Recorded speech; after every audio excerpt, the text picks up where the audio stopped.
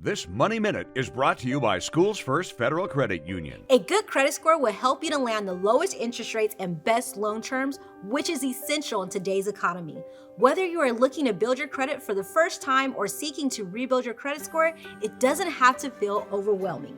You can begin by creating good habits. Here are some tips to help you to get started. Be sure to pay your credit cards and loans on time every month. Payment history makes up 35% of your credit score, so this is essential first step. Set up automatic payments to ensure you never miss a due date. Late payments can impact your credit score for months or even years. Finally, to maximize your credit score, aim to keep your balances below 30% of your available credit. That means if you have a credit card with a $1,000 limit, you'll want to limit your balance to no more than $300 at any given time. For more information or to find a branch near you, visit our website at schoolsfirstfcu.org.